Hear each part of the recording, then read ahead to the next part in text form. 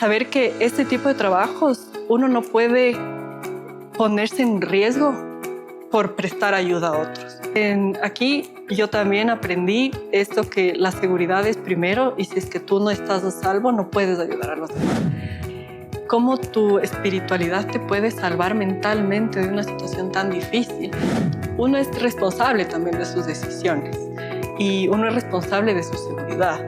Tú siempre en la vida tienes que escoger o por aquí o por acá, sabiendo, y es esto la decisión consciente, de que sé que si es que hago esto pueden haber estos otros resultados, si es que hago lo otro pueden haber estos otros resultados. ¿Con qué puedo más? ¿Qué es lo que yo puedo más en esta situación? Bienvenidos nuevamente. Hoy estamos con una invitada espectacular, una invitada especial, y vamos a permitir un poquito que ella nos cuente. Así que Gise, cuéntanos, ¿quién es Gise Silva? Hola Troy, hola Alex. Mi nombre es Gisela Silva. En este momento soy psicóloga clínica y me dedico a la parentalidad consciente, la salud mental de papás y mamás que quieren como crear mejores vínculos con sus hijos y tener como dinámicas más saludables dentro de sus familias. Eso es lo que me estoy dedicando ahora. Ahora lo que me he dedicado antes también es como, bueno, toda una trayectoria, ¿no? Que me ha llevado a este momento de decidir por qué dedicarme a los papás, por qué dedicarme a las mamás, cuál es la urgencia de, de la salud mental, de dedicarles la salud mental a ellos. Vamos a dejarles los contactos de Gise aquí en la descripción del video, si quieren contactarles, si están trabajando en esta parte emocional, porque claro, tener una relación estable, una relación saludable entre padres e hijos no es algo fácil. Yo creo que generacionalmente hemos tenido muchos choques, ¿cierto? Heredamos, Troy, lo que son nuestros papás, que heredaron lo que fueron sus abuelos, y aquí en América Latina se heredaban palizas, o sea, cosas bastante complejas, pero qué bueno, Gise, qué chévere. Yo estoy pensando un poquito, ¿cómo llegaste a este punto? ¿Por qué decidiste hacer esto específicamente? Cuéntanos cómo empezó todo. Bueno, al principio, como yo tenía unos 14 años, mi papá viene de Riobamba, que es una ciudad muy pequeña y muy conservadora aquí en el Ecuador. Entonces, todas las vacaciones nos íbamos donde él, donde la familia de él, y claro, veíamos como una realidad muy contrastada con Quito.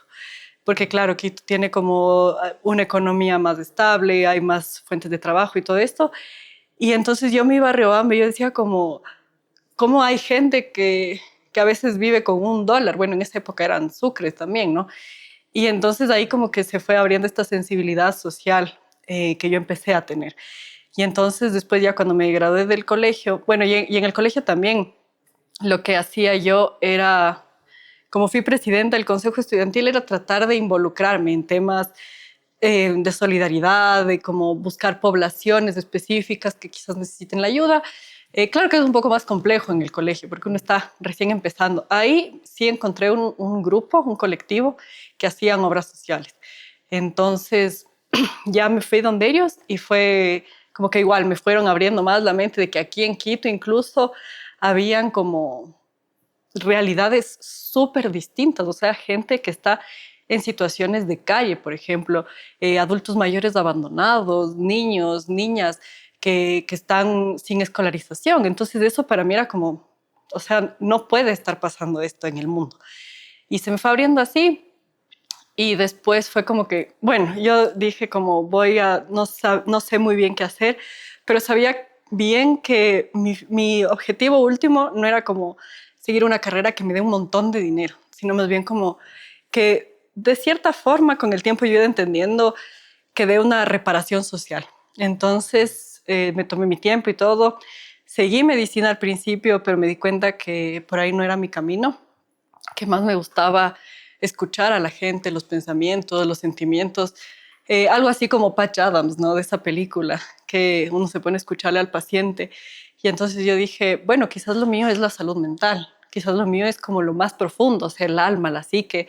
Y ahí empecé mi carrera de psicología y bueno, después de eso yo creo que ya no paré. O sea, era así como la típica estudiosita, que así como, profe, deme un proyecto, profe, ¿qué puedo hacer? Entonces los profesores era como, esta alumna como quiere estar en todo. Y entonces me daban proyectos, hacía yo el trabajo que nadie quería hacer, traducir audios o escuchar audios y transcribir. Y yo como escribía y todo, no me pagaban nada, claro, pero yo súper emocionada porque conocía otras realidades. Y, y después, bueno, ya como en universidad. Gise, antes de Sí. pasar a la universidad, yo tengo una pregunta, porque quiero entender esto en el contexto en que sí tenemos esta dificultad, ¿no? De género, en la que digo, ok, soy mujer y voy a estar en ambientes peligrosos, situación de calle. Ujú, ¿Cómo puedes lidiar con eso? Porque seguro en nuestra audiencia hay muchas chicas que dicen, yo quiero hacer, pero me da miedo. Yo ujú, quiero estar ahí, pero es muy peligroso. Y sus ujú. papás, sus hermanos, sus esposos le van a decir, no, tú no, porque eso es muy peligroso. ¿Cómo puedes lidiar con eso? ¿Cómo puedes hacer para trascender esa parte? Es muy interesante esta pregunta que siempre me hacen en las reuniones familiares, pero ¿cómo te vas? ¿Pero cómo haces? Claro, o sea, bueno, primero digo, como, ¿pero qué se imaginarán, no? Que yo estoy ahí con el chaleco corriendo. Claro, cuando a veces estoy también 8 horas en la computadora, o sea, es algo así, pero por eso es súper importante saber y hacer como una research, como una investigación de con qué organización tú trabajas, con qué organización tú vas, cuáles son las seguridades que da tu organización. Yo sí he tenido que dejar trabajos donde no garantizan mi seguridad, porque a la final, si es que te mandan como profesional de la salud, te mandan, tú estás en primera línea Uh -huh. y te dicen como, y tú preguntas a la empresa, a la organización, bueno, ¿qué pasa si es que o sea, hay posibilidades que me pase algo? Bueno, no sabemos muy bien, pero no va a pasar nada, entonces no.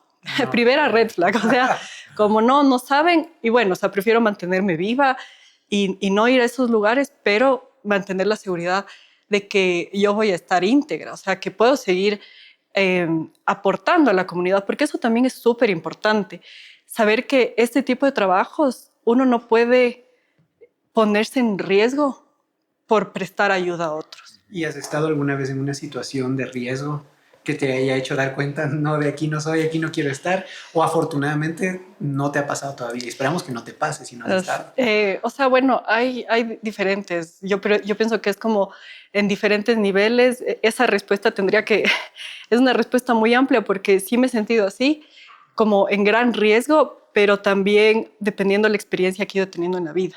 O sea, quizás ahora, si es que me preguntas cuál es el riesgo para ti, yo te dijera otro riesgo que quizás la Gisela de 24 años dijera como, eso, ni pensar en ese riesgo. Y que en los 24 años mi riesgo era otro. Entonces, como yo también he ido evolucionando en ese tipo de evaluación, y es algo que en este trabajo también uno va aprendiendo cuáles son tus límites, no solo de contexto, o sea, no solo de seguridad del contexto, sino también tus límites emocionales.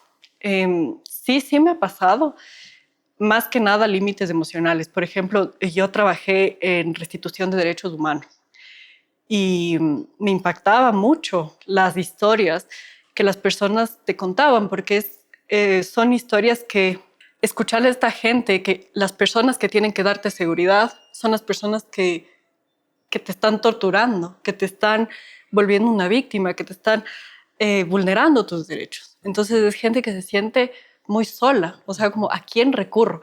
Yo pienso que eso a mí sí me impactó un montón, porque durante el principio de mi carrera, los 3, 4 primeros años, yo trabajaba muy de cerca con las instituciones de seguridad, ¿no? De los policías, militares y todo. Y entonces también conocí este aspecto humano de ellos, que es también muy oculto, digamos. Pero después, claro, estar del otro lado era como muy fuerte para mí imaginarme que quizás un policía muy ético que me ayudaba con las sobrevivientes de trata, de repente que él puede estar en esta situación de vulnerar derechos a alguien. Entonces, eso sí, incluso ahora que les cuento, digo como, sí ha tenido un impacto en mí, pero también he podido como ir viendo el caso por caso, o sea, como, y una cosa muy bonita de este trabajo es abandonar los totalitarismos. No son todos, Correcto. no es nadie. Porque si es que uno empieza a pensar así como toda esta gente, todas estas personas, ya no hay paso a la esperanza. Y entonces, ¿qué nos queda? ¿Qué nos queda para trabajar en el mundo? Y llega a ser súper complicado Porque, bueno, yo conozco una persona que esta persona fue secuestrado. Y una vez conversando con él me dice, o sea, no tienes idea, porque yo le decía, oye, si alguna vez me secuestran, ¿qué hago? Tú que has sido secuestrado, ¿qué puedo hacer? Y me dice, mira, lo que ellos van a hacer es van a destruir tu moral. O sea, a un punto que tú no te puedes imaginar y te van a insultar y van a estar atacándote. Así que lo que sea que tú vayas a decir, que sea, sí, sí, sí, no refutes, no hagas nada. Entonces yo decía, ¿cómo una persona puede estar en esa situación? Claro, Y luego, ¿cómo sales y te recuperas de una situación así? Porque tu moral queda destruida. Y luego estar en el punto en el que tú tienes que lidiar con los dos lados. Nunca había escuchado esta parte, por ejemplo. O sea, siempre hemos visto de los que les asaltaron, los que les secuestraron, lo sentimos mucho por ellos, pero pensar en una autoridad, que lo sabemos, o sea, existen, pero saber que ya son reales, una cosa es pensar que están ahí, pero no solo están ahí, yo les conozco. Hijo, mangas. sí, sí, sí, son situaciones bastante complejas que yo pienso a lo largo de mi vida, yo o sea, he reevaluado mis valores, mis creencias, es como todo el tiempo estar reevaluando. Por ejemplo, una cosa que a mí me pasó en un momento era que eh, como yo no quería que mi profesión se interponga a mis creencias espirituales, y entonces yo dije, ¿pero qué hago? Y fui a la iglesia y le pregunté, o sea, como, así como, digamos, me despapallé con el padre y él así me quedaba viendo como, y todas estas preguntas existenciales. Entonces, por suerte, fue un padre que logró acoger todas mis preocupaciones, que tenía una visión de la vida muy avanzada, que él también había vivido en un montón de lugares, y entonces él empatizó un montón conmigo. Y yo creo que este sí fue un punto en mi vida fundamental, porque yo dije, ya, como con esta certeza de que no tengo que disociarme y volverme una Gisela que no acepte ciertos tipos de casos y que le cierre las puertas a uno y les abra a otros, dije, ya, tengo como la luz verde espiritual, puedo seguir. Y ese sí fue un punto de quiebre muy, muy importante. Pero incluso con todos estos viajes que yo he hecho, como claro, mi fe también ha ido evolucionando, ha ido cambiando, ¿no?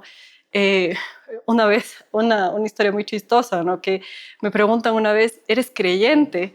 Y yo digo, ¿en qué? O sea, ¿en qué vamos a creer hoy? O sea, porque han habido veces que yo he visto la miseria humana súper cruda y que yo digo, es que tiene que haber una respuesta para esto. Entonces me he ido a leer qué piensa Mahoma, el profeta, qué piensa Jesús, qué haría, o sea, como tratar de encontrar en esta gente tan iluminada una respuesta más trascendental en mi vida.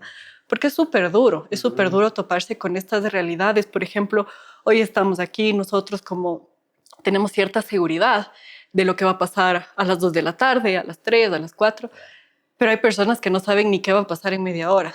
Si es que les van a tener que llamar y decirles, coge todas tus cosas y tienes que salir de tu casa porque están atacando tu casa. Entonces, eh, yo creo que este tipo de respuestas uno debe tener el corazón abierto, la mente abierta y tratar de ir buscando recursos de cómo responder. Y hay cosas que tampoco no se van a responder, ¿no?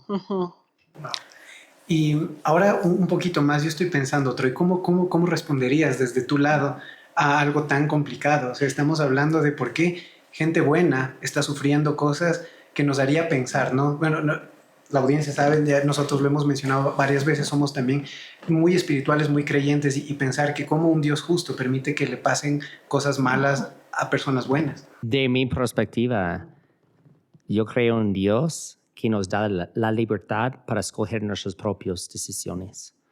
Y en esta forma, muchas veces, cuando nosotros dejamos, por ejemplo, yo tengo cuántos niños aquí, yo tengo mis hijos, 4, yo tengo que dejarle espacio para escoger su camino.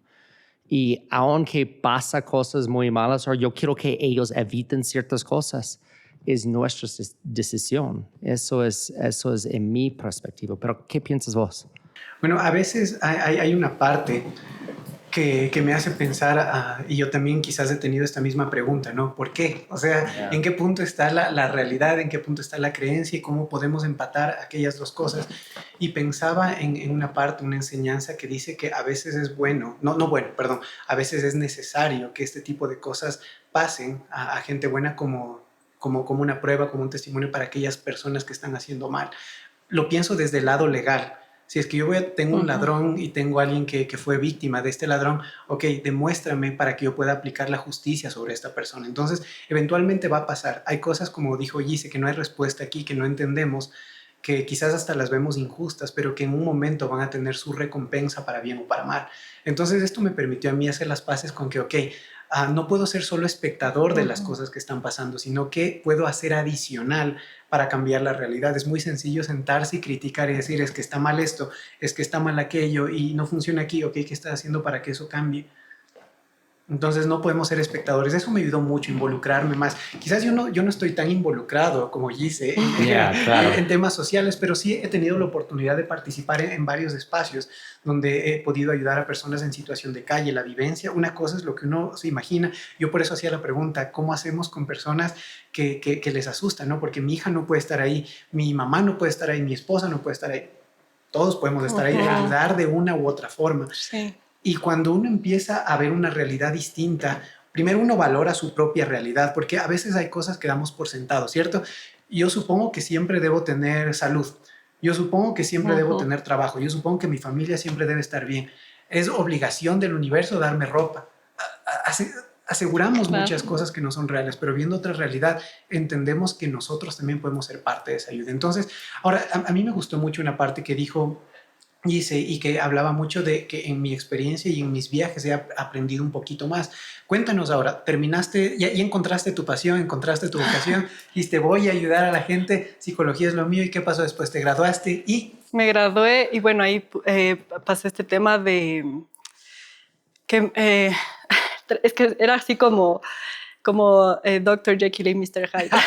Como de mañana me iba a un trabajo donde estaba con las personas privadas de la libertad y de tarde y me iba donde víctimas de trata. Entonces era así como claro, a ver, ya cambiamos el chip, entonces es súper diferente, ¿no?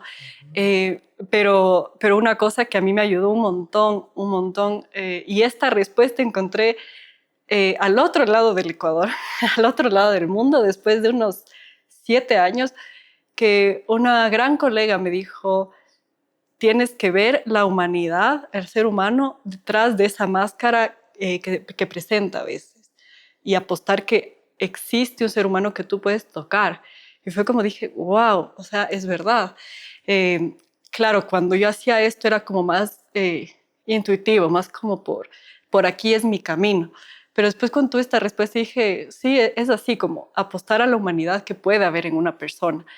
Y bueno, entonces trabajé con este tema de restitución de derechos humanos y ahí dije, o sea, lo que nosotros necesitamos aquí en el Ecuador desde la salud mental es que hayan políticas públicas. ¿Y cómo se hace políticas públicas? Con salud pública. Entonces, en un arrebato del destino, yo como estaba buscando maestrías en salud pública en Argentina por el idioma, en España, y no me respondían. Y la única universidad que me respondió fue en Bélgica. Y yo les dije, pero no sé francés. Y me dijeron, bueno, aprende. O sea, como, bueno, tienes 5 meses para aprender. Wow. ¿Qué estás haciendo ahora? Y fue como, wow. Entonces renuncié al trabajo, así como dije, no más, renuncio al trabajo, me pongo a aprender francés día y noche y me voy. Y me fui así, y era una maestría donde la mayoría eran médicos, enfermeros, y yo era así como una psicóloga. Entonces me decían, bueno, tu maestría ya no va a ser de 1 año, quizás sea de 2, pero quizás de 3, porque estas materias solo ven los médicos, ni sé qué. Entonces a mí me tocó aprender que los riesgos del cáncer pulmonar, los riesgos de los diferentes... En francés. Sí, wow. En francés. Y al principio, durante mis 6 primeros meses en Bélgica, o diríamos 4, yo no hablaba. Y se me acercaba una compañera y me decía, bonjour, la, la, la, la. Y yo como... Y entonces una vez una compañera me dice, ay, Gisela, me encanta hablar contigo porque escuchas mucho sin juzgar. Y yo decía, si supiera que es porque no sé responder. Entonces ahí aprendí también a escuchar, o sea, como claro, cuánto uno puede aprender cuando escucha a la gente. Y ahí también me ayudó este tema del acento, ¿no? De hablar un idioma con un acento como que fuéramos nativos, o sea, ese es un real que es un ideal, perdón, casi inalcanzable para las personas que no somos nativas de un lugar. Si solo en el español hay tanta diversidad de acentos, o sea, en el inglés, en el francés, o sea, entonces yo dije como, bueno, ¿me entendieron la idea? Chévere, sigamos adelante. Entonces también mi acento cuenta mi historia. Porque es como, wow, ¿cómo aprendiste francés? Wow, ¿cómo aprendiste inglés? Entonces es como, sí, bueno, pasó esto, el otro, o sea, es más allá, ¿no? De tener esto que nosotros queremos. Y bueno, ahí fue que conocí la psicología de la parentalidad, de los papás y de las mamás, y trabajé en algunas investigaciones ahí. De hecho, hice mi tesis en salud pública sobre la salud mental de los papás y de las mamás, de cómo prevenir estos temas. Y lo que les quería decir al principio es que yo siempre pensé que me iba a dedicar a la infancia. Pero después yo dije, a ver, pero ¿qué es lo básico para que un niño o una niña esté bien? Que sus papás estén bien. Porque si no, ¿cómo? O sea, no les puedes excluir de la fórmula. No puedes darle un kit escolar al niño, pero que el papá y la mamá se sientan súper desesperados porque no tienen trabajo, porque quizás están en alguna denuncia, porque les están desterrando de su casa. O sea, hay que dar contención a ese papá, a esa mamá. Entonces ahí me fui adentrando en estos temas y trabajé durante 4 años en estos modelos de papás y de mamás de salud mental, que fue una cosa hermosísima que a mí me encantó. Y en ese momento yo dije, me voy a dedicar a la salud pública hasta que llegó el COVID. Oh. Y entonces yo estaba súper bien en mi trabajo, me sentía como... ¿Dónde estabas trabajando aquí en Ecuador? En Bélgica. Ya. Y entonces... ¿Y hablabas francés? Ya hablaba francés, ahí sí ya hablaba francés. Una anécdota muy chistosa es que yo aprendí francés en la universidad, súper formal. Entonces, cuando yo salía así a tomar algo con amigos, claro, yo hablaba súper así, un francés súper académico. Y me decían, parece que estuviera hablando con una señora de 60 años. Y entonces, como que el nuevo objetivo de mis amigos fue, te vamos a enseñar a hablar como en la calle, como el slang, como toda la jerga en el francés. Y yo, wow, bueno, esto me gusta. Entonces, claro, como todas las palabras de ellos cambiaban y entonces yo ya hablaba como diferente. Y entonces eso también es bonito, encontrarse con gente que está dispuesto a acogerte y a integrarte en la cultura. O sea, que te dice como eso que me dijo esta amiga, ¿no? Que ve tu humanidad detrás de este acento, detrás de este inglés quebrado. Ellos también dicen petit français, que es como mi pequeño francés, o sea, como un francés que uno no entiende. Y entonces te abre la experiencia, o sea, los idiomas te abren una experiencia increíble. Y bueno, de ahí vino el COVID y me mantuve en el trabajo. Lo primero que cerraron fueron estos centros como donde se unía mucha gente. Tratamos de hacer virtual, pero no funcionó. Y fue tan caos allá como fue aquí en Ecuador, porque aquí en Ecuador me imagino que fue alrededor del mundo, pero la gente salía con las máscaras, o sea, con los trajes, uno se desvestía fuera de casa, por poco me bañen, desinfecten, échenme fuego y podía entrar. ¿Fue igual para allá también? ¿O? No. No, de hecho, cuando yo regresé, a mí me impactó ver así a la gente aquí cubierta como Robocop. Y yo... Robocop. Y decía, ¿qué pasó? En Bélgica ellos tienen una mentalidad más liberal, ¿no? De hecho, su gobierno es liberal. Entonces, bueno, en ese entonces ni siquiera había gobierno en Bélgica. Muy chistoso. Yo decía, esto en Ecuador ya sería la anarquía total. Ahí no tenían gobierno y se organizaban ellos, pero claro, es de esta lógica. Y ahí sí es una diferencia entre estos países que ya tienen más desarrollo y los países que no han tenido la oportunidad aún de mostrar su potencial, que digamos, ellos están en una lógica de como demanda de derechos. O sea, yo le demando al gobierno mis derechos porque conozco cuáles son mis derechos. En cambio, aquí es un poco más como sigo lo que el gobierno me dice porque no conozco tanto mis derechos. Entonces, sí es esa lógica distinta. Allá, entonces la gente decía como, a ver, ¿quieren que me ponga una mascarilla? Que el gobierno me dé. La mascarilla. O sea, que el gobierno me dé la mascarilla de todos los impuestos que yo pago. Y, no quieren darme, entonces nos organizamos en todos los barrios para tejer nuestras propias mascarillas Y entonces había una asociación de personas de la tercera edad que se dedicaban a tejer mascarillas, iban a dejar 3 o 4 en los buzones de cada casa. Era como para irse en contra del sistema. Y yo decía, wow, esto sí, genial. Y claro, podías salir en la bicicleta, podías así como hacer tus cosas, ¿no? Tu vida normal. Tu vida, bueno, no tan normal porque sí era ilegal juntarse, ¿no? De hecho, yo me acuerdo que salía con mis compañeros, así, el uno en una cuadra, el otro en otra cuadra, ¿y qué más? Nada, y nada, tampoco, o sea, sí era... Aquí tejiendo mascarillas. Sí, pero después cerró mi trabajo, o sea, fue como mi jefa me dijo, ¿sabes qué? Ya no hay, o sea, no hay ingresos y como, o sea, tú no eres belga, el problema es que la seguridad no te va a poder pagar a ti como un paro y como no tienes el tiempo, bueno, temas legales. Y yo dije, entonces me regreso a Ecuador. Pero ahí fue otra odisea porque no habían vuelos, entonces tuve que esperar como 4 meses para que me repatrien al Ecuador. Pero en ese momento, como que en este tiempo que yo estaba esperando, yo dije, ¿qué puedo hacer? Voy a hacer todo lo que nunca he podido hacer por falta de tiempo.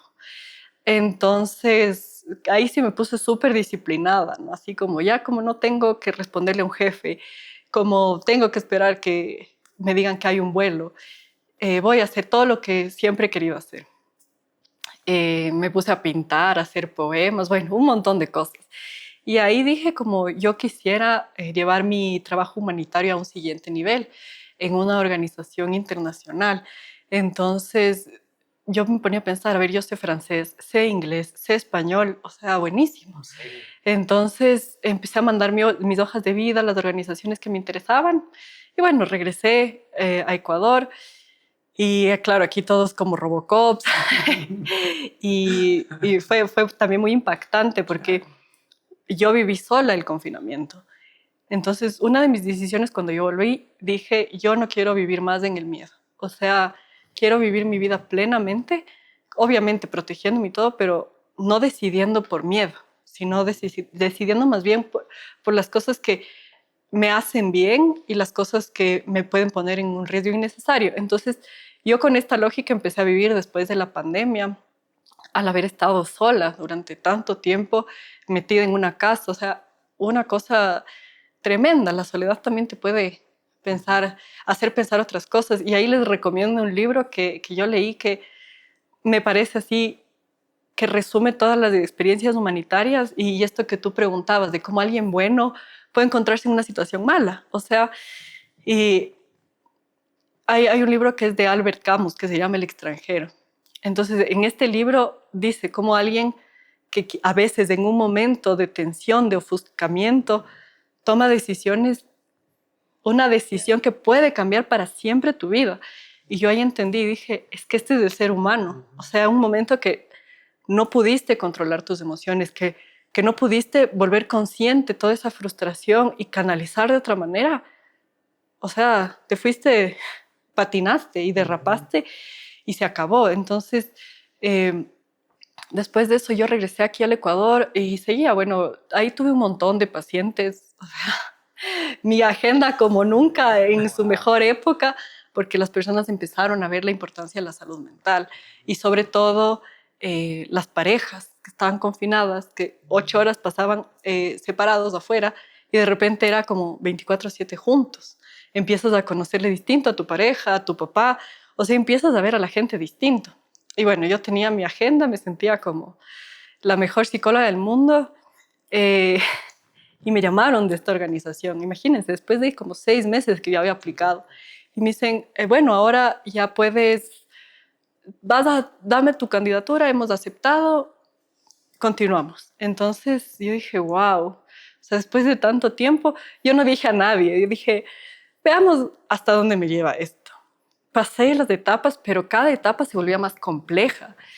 Y ahí me pasó algo tan lindo, o sea, es como que el mundo hubiera conspirado para ese momento, porque tenía yo que resolver casos de distintos lugares del mundo, o sea, cómo yo reaccionaría. Yo decía, pero yo nunca he ido al Congo, ¿cómo puedo saber? Entonces me acuerdo y decía, yo tenía, de la maestría yo tenía un médico, un compañero médico del Congo. Entonces le escribía como, ¿cómo es este contexto? Explícame un poco. Y él, es así, yo, chévere.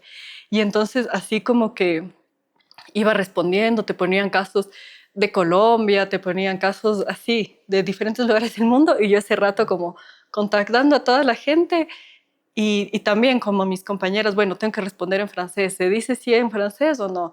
Y claro, ellas como también ayudándome, pero ¿y en qué andas, Gisela? Y yo, "No, nada, una cosita ahí". Estoy escribiendo un libro, tú tranquila. Claro, yo no quería decir nada porque decía, no quiero tener la vergüenza de, no, ya no salió. Entonces yo como, no, nada, nada.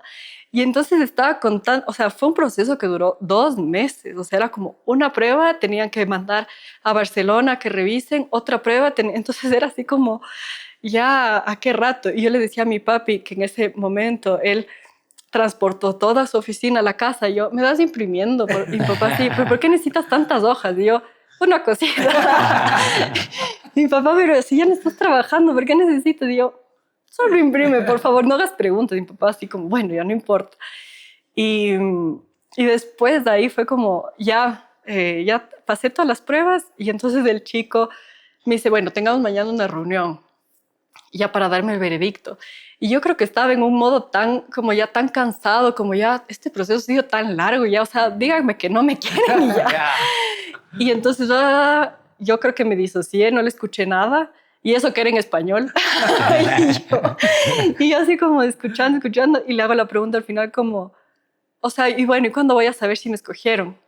Y se queda así, me dice, o sea, Gisela, creo que no has entendido que estás ya adentro, que te estoy felicitando, porque sí has pasado el proceso. Y yo, ¿en serio? Y entonces dije, o sea, yo le dije, perdón, es que era el estrés. Y yo decía después, ojalá no digan, no, en realidad no funciona esta chica. No pasó la prueba final de comprensión. Y, y después, no, ya tuve. Y lo interesante es que normalmente para tener tu misión se pueden demorar hasta 1 año.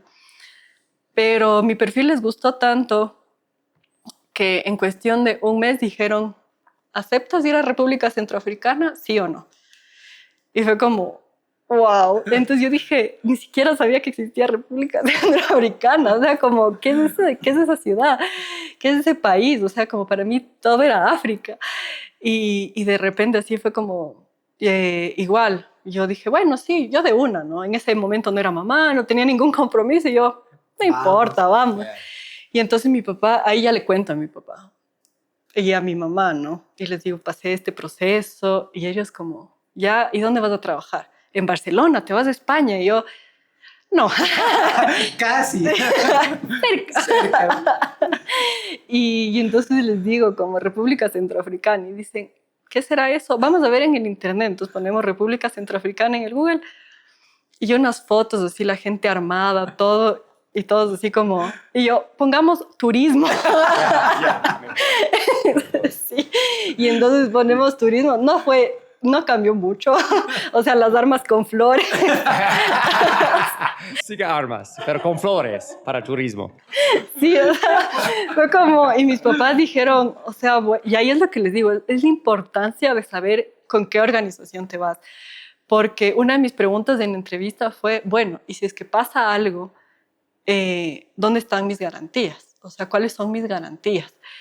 Y justo yo había vivido una experiencia en Ecuador, en una ONG internacional igual, donde claro, era como, toma tus $2 de transporte y tú mira cómo te vas, o sea, si es en bus, si es en taxi, si tienes que poner un poco más. Y, y entonces era súper feo porque te tenías que ir a las periferias de Quito solita y después era como, ni siquiera los taxistas te querían esperar, era como, ¿y cómo regreso? Y era, no, niña, yo aquí no le espero. Sí, como, yo aquí no le espero. Entonces, en ese trabajo yo sí tenía mucho estrés de eso, porque salíamos a las 6, 7 de la noche y ahí sí era sola, o sea, ahí sí era un espíritu de cuerpo así de ¿y cómo me voy de aquí, en un barrio que no conozco, que no hay casi nada? Entonces, muchas veces ahí sí fui a la UPC yo y les hablaba y les decía, y bueno, como me ayudaban los policías, a ver, vamos a que coja un taxi acá, no se subiera en este bus. Entonces, bueno, yo ya con esta experiencia les pregunté a esta otra organización, bueno, como son zonas de conflicto, ¿qué pasa si algo me pasa? Me dijeron las políticas, me mandaron un montón de documentos, yo, perfecto. Perfecto. De aquí soy. Perfecto, sí, dije, ellos sí se preocupan por la seguridad, chévere. Entonces, ahí ya me fui a la República Centroafricana y fue una experiencia súper, súper, súper bonita. O sea, uff, qué bestia. Fue como, claro, aterricé ahí y era como ver el aeropuerto que decía aeropuerto de Bangui, que es la capital, y yo, wow, pero no tomes fotos del aeropuerto, no tomes fotos de la sala de espera, como no hables con extraños. O sea, era como, en esta organización ellos se preocupan muchísimo de tu seguridad, o sea, te dan todo un briefing de qué es lo que tienes que hacer, en qué situaciones. No tienes que hacer. Y entonces ahí viene este tema que decía Troy también. Uno es responsable también de sus decisiones y uno es responsable de su seguridad. Tú siempre en la vida tienes que escoger o por aquí o por acá, sabiendo, y es esto la decisión consciente, de que sé que si es que hago esto pueden haber estos otros resultados, si es que hago lo otro pueden haber estos otros resultados. ¿Con qué puedo más? ¿Qué es lo que yo puedo más en esta situación?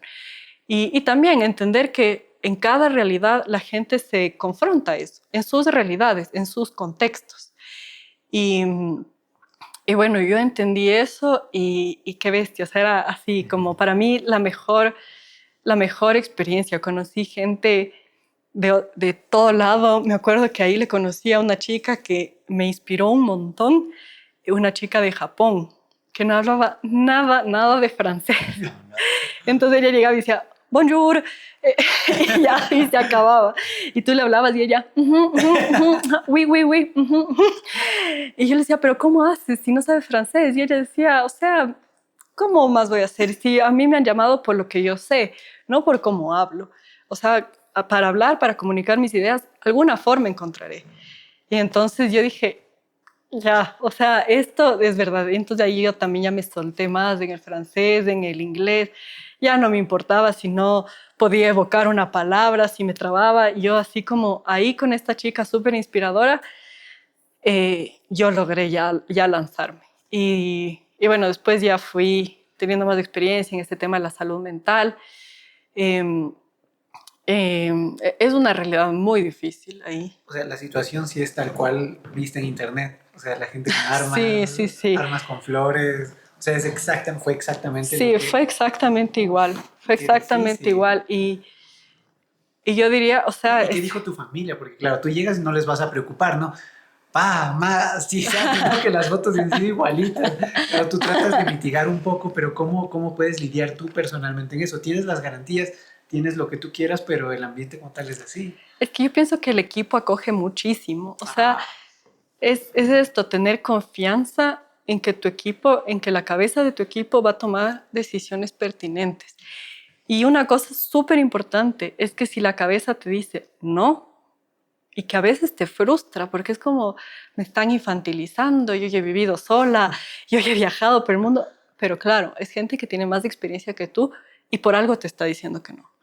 Y entonces no darles digamos, un hard time de no, pero no, sino como, ok, dijo no, aceptar con humildad y después gestionar Quitarnos tus lo emociones. ecuatoriano, ¿no? Pero sí, no, pero ¿por qué no? Sí, al otro le Pero digo, solo un vamos a decir, ratito. no me demoro ni 5, o sea, voy acá y regreso. Es más, mírame. Sí, o sea, y esos 5 minutos después te das cuenta que puede cambiar tu vida en un abrir y cerrar de ojos. O sea, sí, yo he tenido muchas experiencias de situaciones como muy confrontativas a tu seguridad y que debes estar como, bueno, me voy a calmar, voy a responder de una forma tranquila, porque al final yo pensaba, ellos son los que tienen las armas. O sea, y yo no sé si es que están bajo la influencia de alguna sustancia, yo no sé si es que están como con todos sus sentidos para tomar decisiones. Entonces, uno tiene que estar como tranquilo, relajado, tener en claro qué trabajo tú estás haciendo también. Y yo pienso que esa serenidad de la mente, esa claridad de la mente es la que te ayuda a tomar decisiones para no ponerte en riesgo y no poner en riesgo tampoco a tus pacientes o a tus colegas. Y, Claro, yo me acuerdo que ahí era un poco impactante a veces que, o sea, nosotros no podíamos ir a ciertos lugares. Y después como te dabas cuenta por qué, y era como había tanta normalización de las armas, del porte de armas y esto. Claro, veías así que a lugares entraban personas con armas, o sea, que ponían el arma ahí y deme una cerveza. Entonces, por eso te cuidan tanto, porque es como, ¿cómo te vas a ir a meter a esos lugares? O sea, en cualquier rato pasa un conflicto que se pelean por cualquier razón y tú estás ahí. Entonces, también como respetar a los lugares donde tú puedes ir, siempre informar de tus movimientos, eh, siempre estar en contacto, tratar de estar en grupo y ya como la confianza que tú pones en estas organizaciones. O sea, es eso, confiar. Entonces, bueno, aquí en la República Centroafricana fue como la experiencia más bonita porque obviamente es el primer encuentro con la cultura africana. Y una cosa que me siento orgullosísima es que gané un campeonato de baile. No, ¿en serio? Ahí en África, o sea, que bailan Wow. increíble y eso es muy bonito, que ellos me enseñaron cómo, o sea, cómo bailan ellos y para mí era así como, o sea, me decían como, sí, como siéntete orgullosa, tienes que sentirte orgullosa y alzar la cabeza y yo, bueno. Y después como que este primer acercamiento a esta cultura me ayudó ya después a ir o sea, ya a seguir viajando en África. Hay que entender que mi perfil es muy específico, una psicóloga que habla francés, inglés y español, y de Latinoamérica. Raro, o sea, entonces, ¿qué es lo que más quieren? Potencializar digamos, los recursos humanos que existen en Latinoamérica, la capacidad que nosotros también tenemos de aportar a distintas organizaciones internacionales. Entonces, por eso es como que somos, o sea, somos muy poquitas las de Latinoamérica que hablamos francés y somos psicólogas, entonces como que nos tienen en el pool así para cosas específicas. Y es una cosa súper bonita. Entonces, claro, ahí yo me he sentido como, soy un diamante en bruto, o sea, como qué bien, qué bien esto que aprendí francés, esto que me lancé hace 3 años sin saber a la experiencia francófona, bueno, y fue como chévere, y después de eso dio frutos.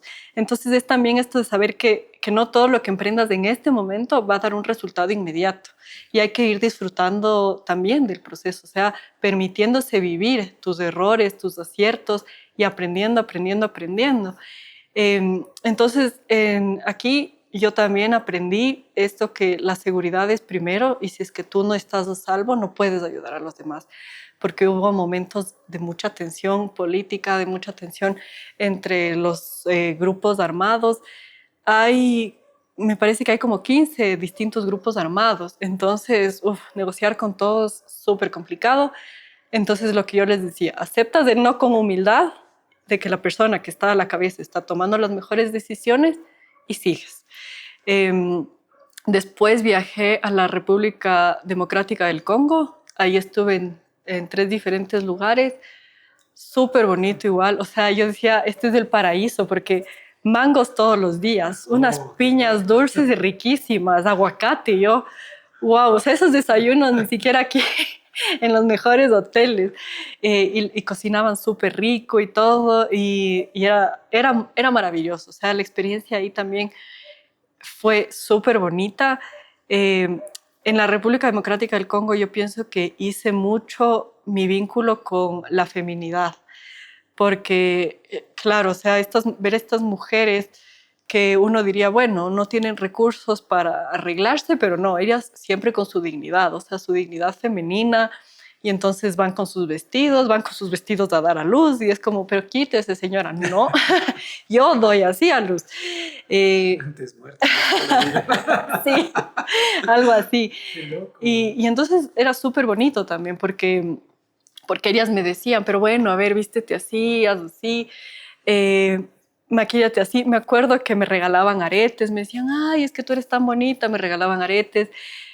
Me acuerdo también que el cabello, o sea, y ahí también yo reforcé más mi identidad de, de quién soy yo. y de no sentirme achicopalada de dónde vengo. O sea, como esta es mi historia y la asumo con orgullo, porque todo lo que yo he vivido me ha llevado hasta aquí.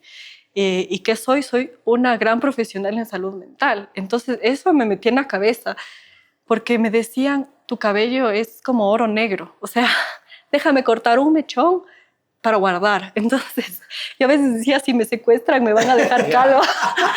O sea, me daba miedo, de verdad. Yo decía como, y ahora si me secuestran y como me dicen, tu tortura va a ser quedarte sin pelo. O sea, a veces, No. claro, tenía esas ideas, ¿no? Cuando uno divaga un montón. Eh, y bueno, por suerte aquí no hubo mayor incidente de seguridad, pero también una cosa que yo aprendí que es fundamental en la República Democrática del Congo es también confiar en los conocimientos de la gente local. Porque ahí yo leí una estrategia de salud mental súper avanzada en nuestra época. Los centros psiquiátricos eran de primera, o sea, eran una cosa que yo decía, esto en Ecuador son inversiones que nunca se harán, quizás, o sea, que la salud mental está aún en muchísimo, o sea, muchísimo atrás, pero tenían así como las personas con esquizofrenia, con bipolaridad, depresión, se dedicaban a la panadería, se dedicaban a cultivar, a hacer sus productos, a emprender, a pintar. Entonces yo decía, wow, esto es una cosa súper innovadora. Y una experiencia muy bonita es que ahí yo decía, es que esto yo ya he visto antes. Claro, era un modelo de un psiquiatra belga que yo había conocido cuando estuve en Bélgica. Y yo decía, esto es genial. O sea, todo era como que iba fluyendo, todo iba teniendo un sentido. Después de varios años, todo iba teniendo un sentido.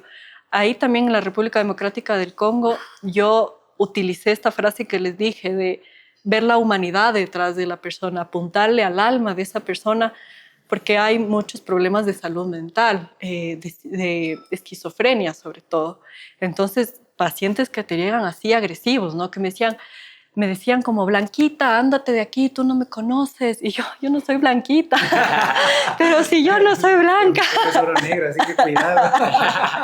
Y entonces apostar que esa persona está fuera de sí porque no ha recibido el cuidado y la contención que debería. Entonces ahí utilicé esta frase, ¿no? Que me dio una respuesta años antes y que me ayudó a afrontar, a confrontar, o bueno, no confrontar, pero a tratar estos pacientes que yo no había tenido este contacto tan directo, ¿no? O sea, de aprender a cómo contener a un paciente en un estado de agitación. Eso yo pienso que en las escuelas de psicología aquí en Ecuador no nos enseñan, pero ese rato tú tienes que empoderarte de tu conocimiento y ejecutar, porque si no el paciente se te va y la situación se puede volver muy, muy complicada. Y nuevamente aquí yo lo que aprendí, empecé aquí en la República Democrática del Congo a plasmar ya los conocimientos que yo tenía de la salud mental de papás y mamás. Y si pudieras darle un consejo a la audiencia y decir, ok, ¿cuáles son de las mejores cosas que puede aprender aquí en el Congo? ¿Qué sería? Eh, o sea, es este tema O sea, de todo África, ¿no? No ah, solo el Congo, sino toda tu la experiencia. diversidad cultural. Hay que entender que en África, y bueno, yo pienso que en todo el mundo hay pueblos originarios, que ellos tienen un conocimiento y una forma de ver la vida muy particular.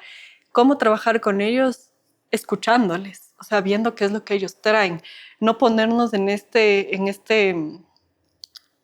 rol de yo sé todo y yo te voy a enseñar cómo hacer, sino más bien como yo te voy a acompañar a que lo hagas mejor. Eso suena muy hijo, papá, hija, mamá, ¿cierto? Papá, tú no sabes. Pero el que yo sé todo, interesante. O sea, se adapta no solo al contexto cultural, sino a cualquier contexto a nivel familiar. O sea, se puede desglosar y desmenuzar muy, muy, muy finito porque se aplica para todos los espacios. Ahora, Gis, ¿ese fue el lugar más peligroso en el que has estado?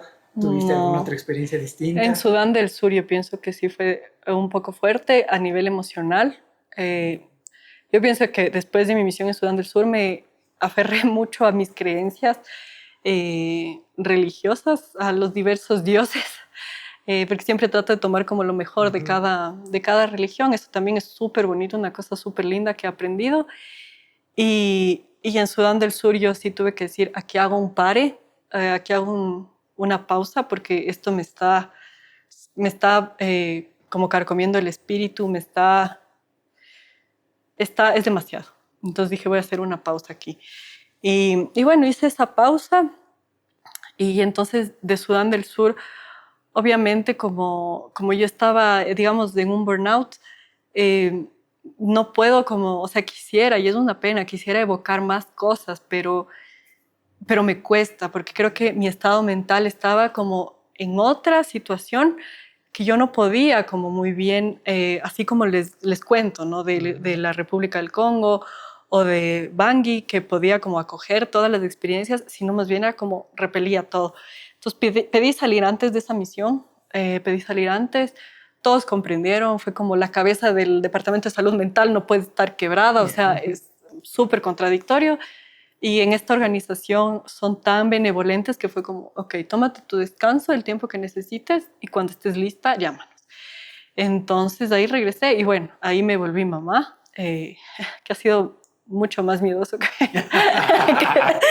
todas estas otras. Sí, o sea, y también, pero lo que yo sí en Sudán del Sur agradezco un montón era esta fuerza de las mujeres africanas, o sea, y en toda África, es como súper empoderadas de su rol de mamá.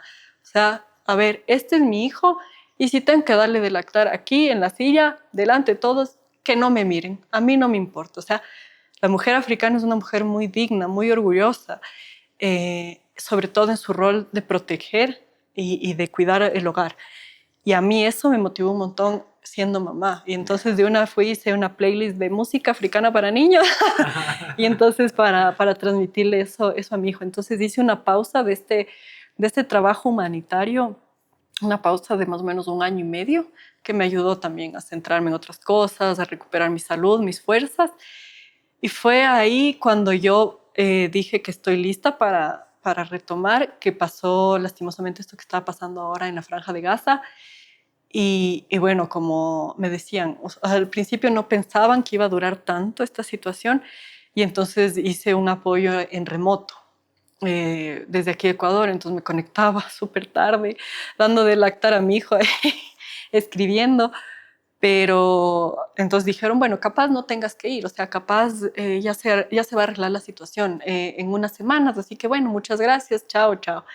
Y después me llamaron y me dijeron, no, la situación está más bien degradándose. Sí necesitamos que tú vayas. Decisión súper difícil porque ya tengo a mi hijo. Entonces dije, wow, pero como les digo, yo tengo las seguridades que esta organización me va a acoger y que si es que no fuera seguro, no se van a arriesgar a mandarme ahí. Y eso que yo soy ecuatoriana, hay otras nacionalidades, italianos, canadienses, franceses, que si es que algo les pasa a sus ciudadanos es más impactante, ¿no? Aquí en Ecuador es como, bueno, pobrecita, ella se fue, ella se lo buscó. Exacto, ¿cómo se va a ir? ¿Quién la manda?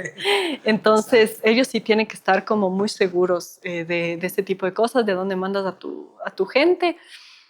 Y fui ahí, primera vez en mi vida en el Medio Oriente, nunca había ido. Yo dije, así como el petit français, yo decía, yo tengo mi little English, como, seguro se van a entender. O sea, claro, fui ahí y nada, o sea, yo creo que hasta ahora sigo procesando un montón de cosas que pasaron allí en la Franja de Gaza porque es una situación que yo nunca había visto antes, una situación muy triste en realidad. Lo que les decía, que las personas, digamos, están en su casa tranquilos y de repente por gente ajena a ellos, que muchas veces ni siquiera así como nos pasa a nosotros en el gobierno, que uno no se identifica con el gobierno, pero ellos toman decisiones, entonces de repente coge tus 4 cosas y te vas. Es como decirte, te vas de Loja al Carchi, o sea, tienes 48 horas para hacerlo. ¿Cómo coges toda tu vida por lo que luchaste tantos años y dices, bueno, ¿qué cojo? En ese momento las personas, los gazatíes, pensaban que era solo como una escalada de violencia y que se iba a acabar en unas 2 semanas y que iban a regresar a sus hogares. Entonces cogieron, por ejemplo, una compañera me decía que ella cogió sus perfumes, su maquillaje, que nunca hubiera pensado, claro, que nunca hubiera pensado así como voy a coger algo más esencial, ¿no? Y dice que por suerte cogió su computadora, pero no cogió el cargador, por ejemplo. Y entonces dice, cuando yo le conocí, me dice, ya son 7 meses que soy una desplazada. O sea, de ser una estudiante de medicina, a punto de graduarse, que me iba a ir a hacer mi maestría en Francia, ahora soy una desplazada sin título. Y yo decía, wow, o sea, qué fuerte, muy fuerte. Y para poner en contexto, o sea, por ejemplo, uno se imagina quizás la parte de ser desplazado en lugares geográficos donde uno conoce, pero la situación geográfica es totalmente distinta. O sea, estamos hablando del Medio Oriente, condiciones de clima totalmente distintas, infraestructura totalmente distinta. Aparte que no es que tú te imaginas, bueno, me desplazan y todo está igualito, bonito, como siempre, simplemente me tengo que ir. ¿Cómo toma la gente eso? ¿Cómo reaccionan ante algo tan complicado para que la gente pueda imaginarlo un poco mejor? Una de las cosas que me sorprendió en la Franja de Gaza es la solidaridad que tienen los palestinos, y esto siempre digo, o sea, es gente extremadamente solidaria. O sea, yo llegué en el Ramadán, entonces no había comida, obviamente ahora estaba en el Ramadán. Yo decía, bueno, o sea, me llevaba una manzana, una galletita, algo para comer, porque también es como culturalmente no es tan bien visto que tú comas delante de ellos cuando están haciendo el ayuno. No puedes ni tomar agua, ¿no? Entonces yo decía, bueno, a medias estoy también creo que haciendo el Ramadán. Y después se acabó el Ramadán. Fue otra ciudad. Te daban dulces a cada rato, toma la galletita, y tú ya no puedo más, come. Entonces ellos son muy solidarios, muy solidarios. Entonces ven que una persona está en una situación difícil, tratan de acogerle, de ayudarle, se tratan de organizar en comunidades, vamos a desplazarnos, ok, desplacémonos juntos todos, a ver, llamémosle a este amigo, a este vecino para que también viva con nosotros en seguridad, porque empiezan a entender, o sea, ellos ya lo entienden desde siempre. Yo creo que mientras más unidos estén como comunidad, pueden salir adelante. Y entonces esa es la forma que ellos afrontan esto. Su creencia espiritual también. En este lugar yo vi cómo tu espiritualidad te puede salvar mentalmente de una situación tan difícil. Ellos es como, mi Dios es bueno, mi Dios me va a sacar de esta situación, mi Dios no me ha olvidado. Incluso como su relación con la muerte es muy diferente, como él ahora está con Dios, él ahora está con Alá. Esas cosas a mí me impactaban porque decía, claro, o sea, tener esta paz de que después de la vida están en un mejor lugar, que obviamente le voy a extrañar, pero que está en un mejor lugar. Entonces, esas son las formas que ellos tienen de afrontar esta situación. Sí, es muy duro, es muy, muy duro porque a diferencia de otros contextos, no sabes muy bien qué es lo que va a pasar. A diferencia de otros contextos, tus colegas de trabajo están inmersos en la misma situación. Tus colegas de trabajo también son refugiados, también son desplazados. Entonces, es muy duro. Y es muy duro también que ellos ya no tienen a dónde regresar, porque están completamente destruidas sus casas. Yo no sé ni siquiera cómo explicar a alguien, o sea, cómo está destruido, es como es que está destruido, o sea, es imaginarte escombros, o sea, imaginarte un lugar donde ni siquiera puedes alzar una piedra y empezar a reorganizar tu casa porque ya no hay nada. Entonces, es vivir también en la desesperación, la gente tiene temas de depresión muy elevados, ansiedad, problemas para dormir. Claro, justo eso te iba a preguntar, porque en todo esto, ¿cómo les ayudas? O sea, llego allá y ¿cómo le dices a una persona que no tiene casa, que fue destruida, que le separaron de la familia, que quizás parte de su familia murió? Todo va a estar bien. O sea, entendemos que, claro, está la parte espiritual que te ayuda a sostenerte mucho, pero mentalmente estás destrozado. ¿Cómo les ayudas? Un proceso muy complejo. Creas espacios seguros. O sea, justamente yo creo que una de las cosas más lindas que me ha dado esta carrera es ser un espacio seguro para la gente.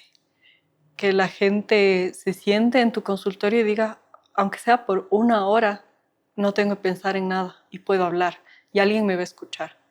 Y entonces esa esperanza, esa burbujita de esperanza que creas en 1 hora, ya quizás a la persona le va a ayudar para sobrevivir su semana. que hacerle sentir que existe para ti. Eh, entonces, claro, ni siquiera aquí en Ecuador uno puede resolver los problemas de todos los pacientes, pero darles esa oportunidad de que lo que usted tiene que contarme, a mí sí me importa, y le escucho, y hable conmigo. ¿Cómo sostienes a esta gente creando comunidades? O sea, a ver, ya no le conoce a su vecino porque ahora es desplazado. Vamos, juntémonos todos y conozcámonos. ¿Quiénes somos? ¿Qué queremos? Entonces era súper bonito porque ahí, esto es una cosa que me siento súper orgullosa de la Franja de Gaza, y es que yo le entrevisté a un chico desplazado que me acuerdo que vino así con su ropa, dijo, yo no tengo con qué cambiarme, ni sé qué, pero bueno, he creado una metodología de niños. Y entonces él me mostró esta metodología y yo me enamoré de esta metodología. Dije, esto es increíble. Y era algo que él había hecho él solo. Y entonces le dije, bueno, te voy a dar la oportunidad que trabajes con nosotros y que lo hagas. Y ahora una de las actividades consigna de nosotros ahí en la Franja de Gaza son estas actividades que hace él. Porque los niños ya empezaban a preguntar como, ¿dónde está el carnaval? ¿Dónde está el carnaval de los niños? Él le puso este nombre, ¿no? Y él le ponía este nombre de Carnaval de los Niños porque decía, es como un momento donde los niños pueden hacer una fiesta, pueden sentirse alegres y sentirse felices de un día más de estar vivos. Y yo decía, wow, o sea, esto es como súper lindo. Y entonces después los niños venían como, ¿dónde está el carnaval? ¿Dónde está este profesional? Entonces, ¿dónde está este psicólogo? Y yo, pero es que él está enfermo. Hoy es su día libre. Y ellos como, ay, no, ya se fue. Como, bueno, ya para qué vengo. Y después lo lindo era que se juntaban también los papás y las mamás. Y entonces tenías a los papás también acompañándoles a sus hijos, viendo qué es lo que están haciendo.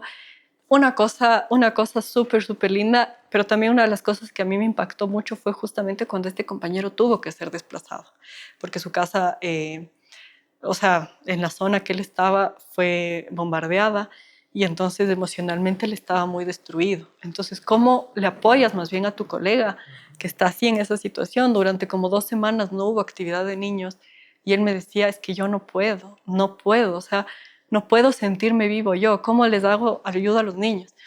Entonces, en ese momento yo dije, bueno, tengo que tomar una decisión y la decisión va a ser como abogar por mi humanidad adentro y contenerle a mi colega. Y hablé con todos los otros colegas del equipo y les dije, él necesita nuestra ayuda, vamos a ayudarle. Entonces todos así como hicimos una colecta, le compramos cosas, eh, le decíamos que venga a la clínica y que se siente, que esté cómodo.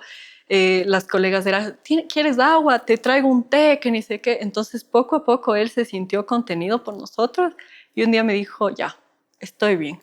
En este momento ya voy a volver a la actividad con los niños. Uh-huh. ¿Cómo es? Yo estaba pensando en esta situación que es tan terrible y yo reconozco que la importancia de su salud mental, pero ¿cómo le fue ahí para sostener una actitud positiva? Como estás guiando tantos, estás ayudando tantos, pero también ellos tienen razón para tener desesperación, ¿no? Porque no tienen en mente que yo voy a regresar a mi casa, mis vecinos, mis amigos, nada.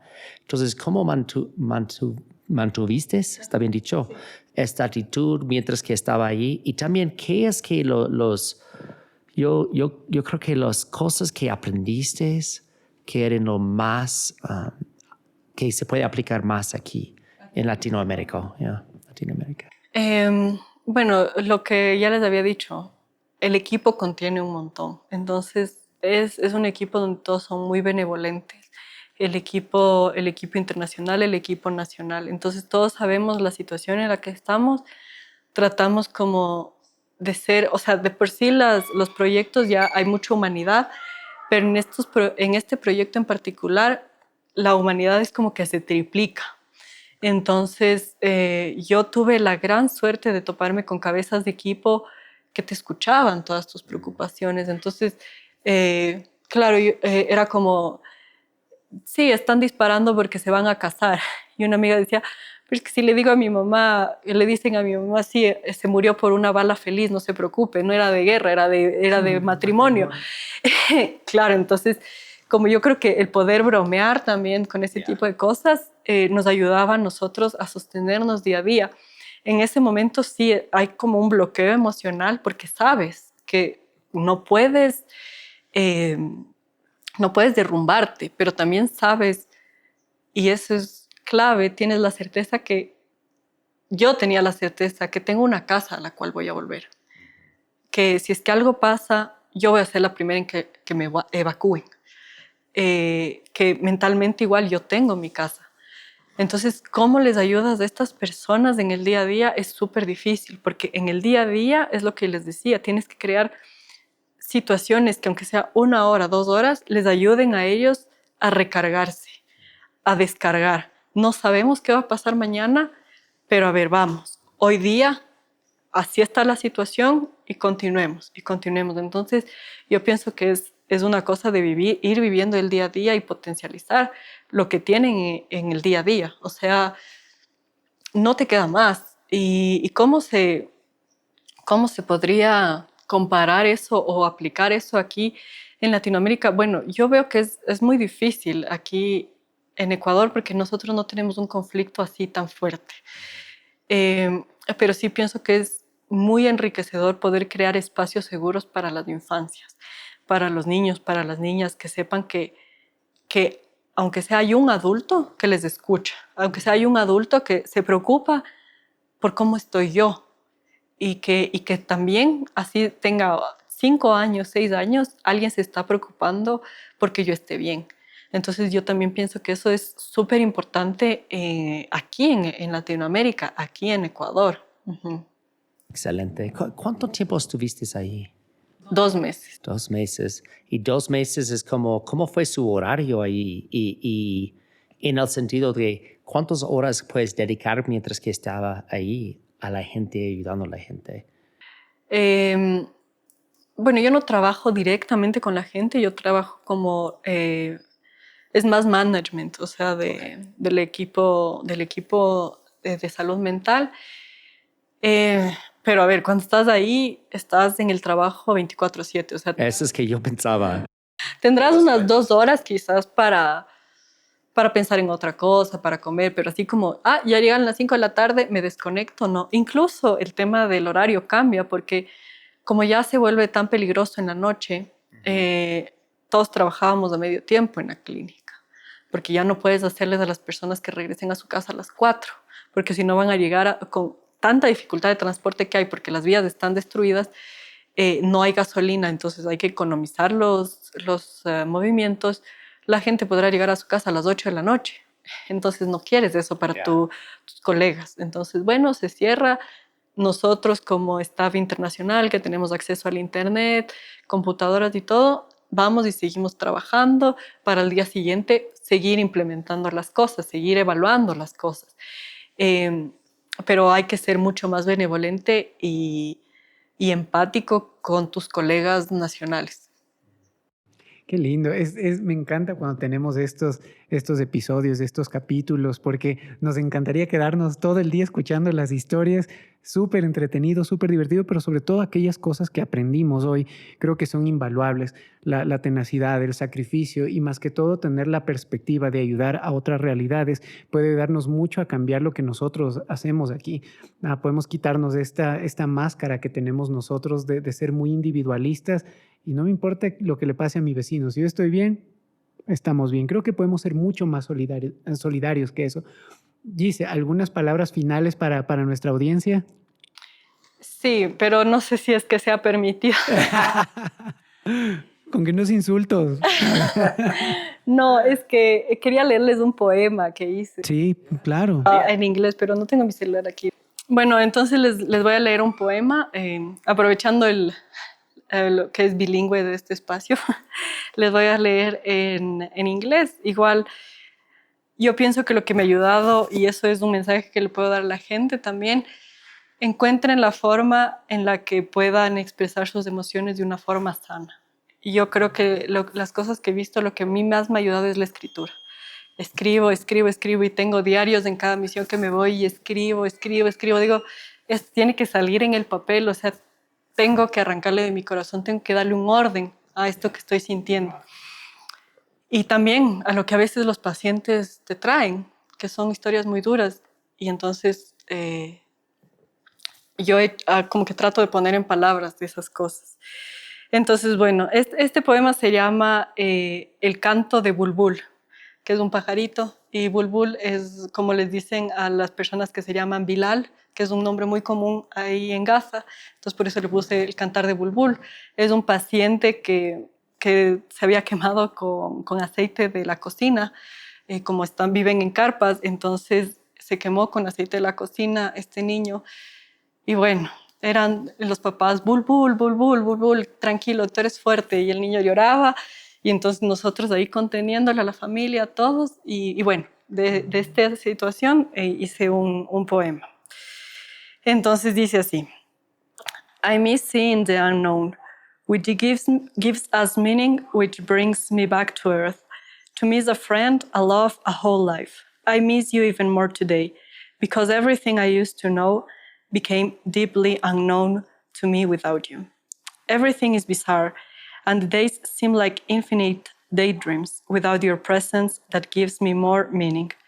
My safe space is you, and I miss my life when you existed and resisted next to me. I miss everything I look at without your presence in this world. I miss my days illuminated and enlightened with your name, your air, your light, your scent. Knowing that you are here, to know that I am here with you, to know that you are my gravity on this earth where everything just seems to float. I miss the letters of your name, lost from the alphabet since you are not here. I miss the rebelliousness you have when you decide to love. I miss the silhouette of your smile and how you transform the rain into a dance floor. I miss the beat of my soul and every cell in my body when I look at you. I miss feeling strong and different when I see you next to me. I miss that ability to transform this cruel world into a playground when you take my hand. I miss the revolution of my being just by seeing you, just by knowing that you are there waiting for me. I wish you can take me where I can love you freely and peacefully. Show me every corner of your heart. Do not worry about the time. Show me every corner of your soul, and I promise I will take care of it as the finest golden stone. Let's fly, let's love, let's escape where no one can find us. Take my heart that now is fully yours, and let's share this life and the others that might come. Yo creo que todos pensamos en alguien o algo mientras escuchábamos. Qué lindo poema, qué inspirador y qué bueno, mi querida Gise, que pueda sacar lo mejor aún de las situaciones más complicadas. Esto es una lección de vida. Esperamos poder tenerte más episodios, que nos acompañes y que nos sigas contando más de esto que es súper lindo. Me encantaría que eventualmente voy a spoilear un próximo capítulo que podamos hablar específicamente sobre la parentalidad y cómo podemos construir hogares mejores. Eso sería muy, muy lindo. Muchas gracias por escucharnos. Troy, ¿algunas últimas palabras? Hay tantas cosas que está pasando ahorita, porque nosotros tuvimos lindos minutos aquí juntos y hay tanta yo estaba enfocado en el momento que tomaste esta decisión para ir a estudiar francés. Muchos de nosotros van a decir, ya hablo inglés y español, ya no más, ¿no? Y llegando a la universidad o llegando a este momento para aprender acerca de su tema en francés, tan difícil. Y no era un minuto, no era una hora, no era una semana, era ¿cuántos años? 3. 3 años. Pero si pudiera ver atrás desde hoy, esos 3 años, en comparación de la gente que ayudaste, vale la pena. Y quiero decir a todos que si están involucrados y se sienten inspirados en hacer un cambio o aprender algo importante y no sepan por qué, no importa. Enfoca, se dedica y mira el futuro, mira cuántas vidas, cuántas almas que ayudó. Es tan lindo. Gracias por ser esta persona y gracias por estar con nosotros. Y espero que están súper inspirados los que están escuchando. Yo si por lo menos yo me quedé como, ok, vale la pena, todo lo que estoy involucrado vale la pena, yo tengo que dedicarme por años, ¿no? Para que pueda ayudar a otros. Entonces, gracias por estar aquí con nosotros. Y por su Gracias a ejemplo. ustedes, gracias a ustedes. Bueno, y ahora estoy aprendiendo árabe. Sí, porque siempre hay estas ansias de conocer más culturas, de conocer a la gente. Cuando uno aprende idiomas, yo pienso que este ha sido mi vida, aprender idiomas para conocer más a la gente. Y eso es lo más lindo que me ha dado el francés, que me ha dado el español, sé un poquito de sango, sé un poquito de suajili. Me ha ayudado a conocer a la gente y sus corazones y decir gracias a la vida por este cerebro tan lindo y magnífico que me dio, que está en coherencia con mi corazón y que tengo la capacidad física y el apoyo de mi familia y el amor y la fe también en la humanidad para seguir adelante. Uh-huh. Yo creo que es un poco interesante que uses la palabra para conocer a la gente. Que todo este podcast, sus acciones en su vida es conocer para ayudar, amar, guiar y ayudar. Uh-huh, sí. Y eso es lindo, gracias. Muchas gracias, les mandamos un abrazo. Recuerden, les vamos a dejar toda la información de Gise en la descripción del video para que le puedan preguntar cualquier cosa en consulta y todo. Va a ser muy, muy importante que podamos hacer esto. Así que les mandamos un abrazo y gracias a todos. Chao.